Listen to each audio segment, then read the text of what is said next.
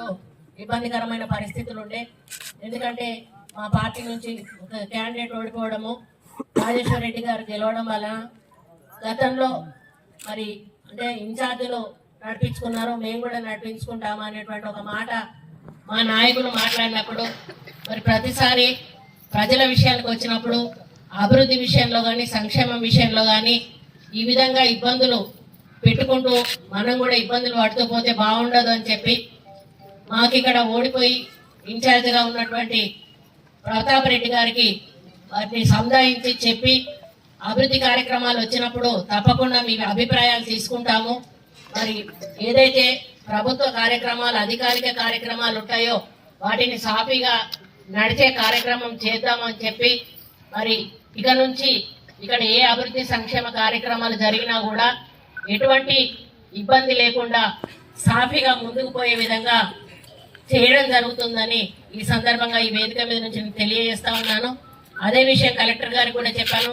ఎందుకంటే ఇక్కడ అధికారులు ఇబ్బంది పడొద్దు కాబట్టి మేమేదో పార్టీల బేసిస్ లో పోతే ఇక్కడ ప్రజలు అధికారులు ఇబ్బంది పడడం జరుగుతుంది కాబట్టి అభివృద్ధిని సంక్షేమాన్ని ప్రజల యొక్క ఆలోచనలను దృష్టిలో పెట్టుకొని కలిసిమెలిసిగా పనిచేయాలనేటువంటి, ఎందుకంటే వరంగల్ పాత ఉమ్మడి జిల్లాలో ఒక ఈ నియోజకవర్గమే మాకు ఈ సమస్య ఉంది. ఒక గన్పూర్ ఉండే, గన్పూర్ ఆల్రెడీ మా పార్టీలోకి వచ్చాడు కాబట్టి అక్కడ సమస్య ఉండదు. అన్న రాడు, ఎందుకనంటే ఆయన నికార్స్ అయినటువంటి బీఆర్ఎస్ నాయకుడు.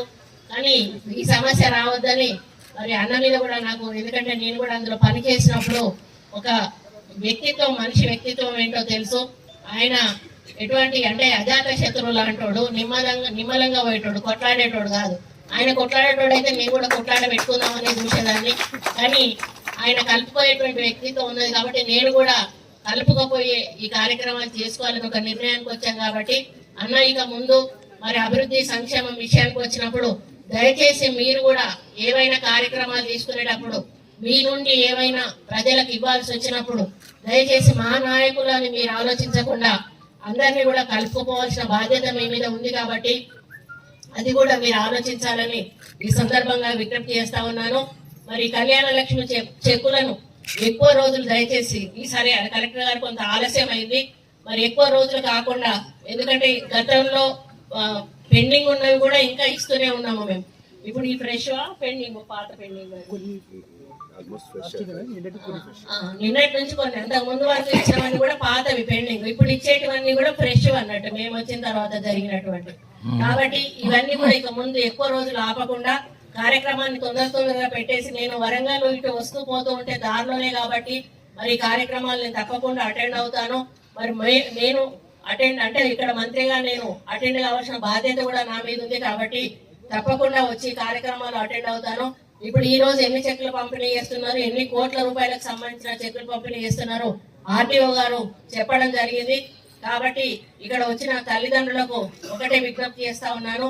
ఈ రోజు ప్రభుత్వం నుంచి వచ్చినటువంటి ఈ యొక్క కళ్యాణ లక్ష్మి షాదీ ముబారక్ చెక్కులను మరి మీరు బ్యాంకుల్లో వేసుకొని మీ పిల్లల కోసం, వారి కుటుంబం కోసం, మరి వాళ్ళ కూడా పిల్లలు అబ్బాయిలు అమ్మాయిలు పుట్టినప్పుడు వాళ్ళ 21st డేలకు ఉపయోగపడే విధంగా మరి వాటిని వాడుకొని లబ్ధి పొందినందుకు మరి హ్యాపీగా ఉండాలని కోరుకుంటూ రాబోయే రోజుల్లో ఇంకా మంచి కార్యక్రమాలు తీసుకోవడానికి రేవంత్ రెడ్డి గారు ప్రణాళికలు రూపొందిస్తా ఉన్నారు. తప్పకుండా అవన్నీ కూడా అమలు చేసే దిశగా మరి మా ప్రభుత్వం ముందుకెళ్తుందని విన్నవించుకుంటూ, మరి కొంత ఆలస్యమైనా కూడా ఓపికతో కూర్చున్న అక్కా చెల్లెలకు, పత్రికా మిత్రులందరికీ కూడా హృదయపూర్వక ధన్యవాదాలు తెలియజేసుకుంటూ, మరి లబ్ధిదారులందరికీ కూడా కంగ్రాచులేషన్స్ చెప్తూ, మరి మీ పెళ్లిళ్ళైనటువంటి పిల్లలు మంచిగా చల్లగా ఉండాలని, పిల్లా పాపలతో వారి యొక్క జీవితం కొనసాగాలని, ఆయురారోగ్యాలతో ఉండాలని ఆ దేవుణ్ణి ప్రార్థిస్తూ సెలవు తీసుకుంటాం.